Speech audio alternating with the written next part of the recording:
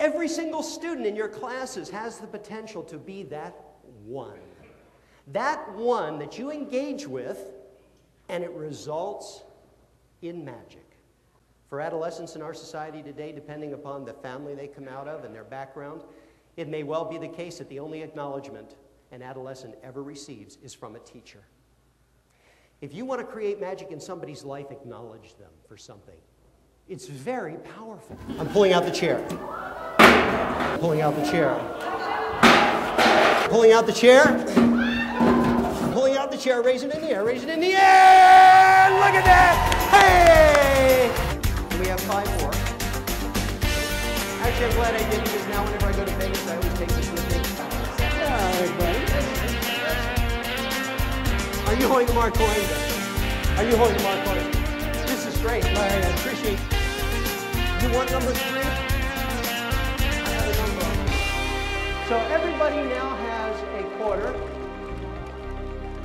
Who wants my 100? Yeah, I appreciate your enthusiasm, sir. But you know, even if you knew for sure that they were lying and you took some sort of disciplinary action, we all know that discipline is necessary to control and maintain order, but it doesn't work magic.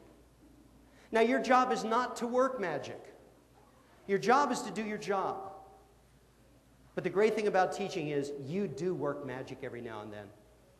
And you work it by being a role model. Do you reach all your students that way? Of course not. When I do an assembly, I might be talking to anywhere from 400 to 2,000 students. Do you think that I try to reach them all? I figure if I can get one student to stop smoking or prevent one student from joining a gang, you know, that's magic. How can you possibly measure those kinds of, the results of that kind of a change? Those of you in the back can't see, that is a bear. How appropriate. Ready to bite your head off. I'm sure you must feel this way sometimes in a classroom. Other times it seems like the students are looking at you this way. There's so many things that create stress in teachers' lives. How about grading? Anybody ever get stressed out a little bit about grading? How many of you love to administer state tests? No hands. How about control, discipline? And of course, these are problems that should have been solved years ago, right? Starts in the home. Doesn't get solved there, so the home kicks it into kindergarten, and it enters like a virus into the bloodstream of the school district. And it continues throughout that system, right? K through 6 kicks it up to the middle school. They don't know what to do with it. They kick it up to the high school. By the time it gets to you high school teachers, you may have a class that's so far behind the 8 ball. What are you going to do? You're like a clay sculptor. And you have all these wonderful tools to sculpt clay, and then they give you a piece of wood to work with. You know what I'm saying? That is stressful. How about colleagues, administration, parents, human relationships? Problems of communication, personality conflicts, envy and jealousy. Look, we're all human beings. Whenever you have this many people working together under these kind of situations in the trenches, you're going to have conflicts. What I'm going to talk about now is some ways to remedy that situation, some ways in which we can put those pieces together. Okay?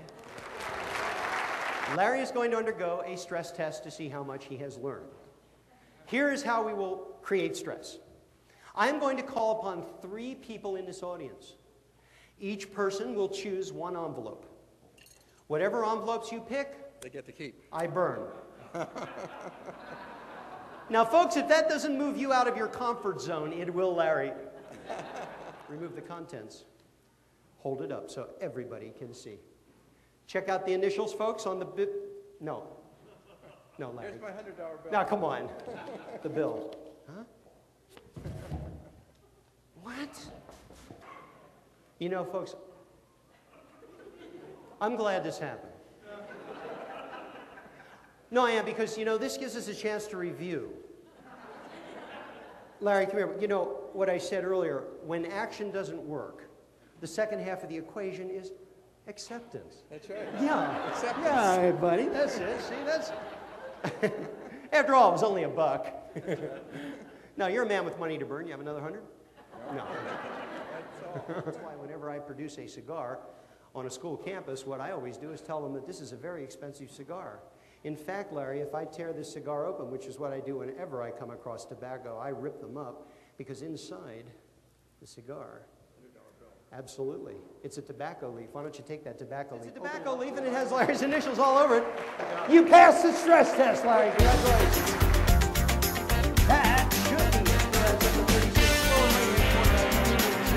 As a matter of fact, no matter how you add it up,